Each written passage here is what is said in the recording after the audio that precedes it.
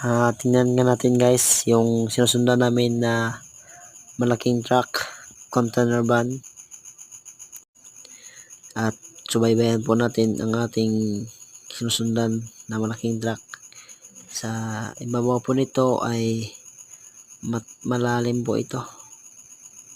Kasi bukid po ito, bukid.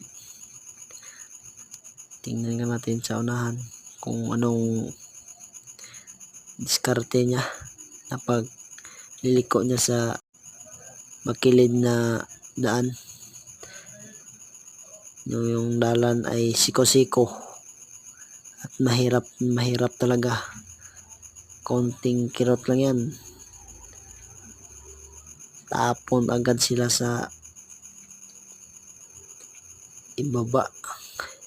Yung sa dulo niyan, yung sa punta niya, malalim po yan guys, malalim yan.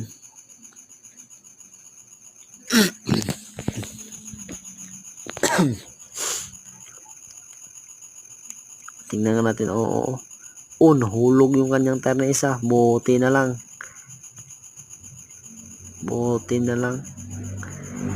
hindi ito magilid kasi mataas yung container van. Yun yung kanyang inapakan guys, malapit ang mulog. Tingnan nyo.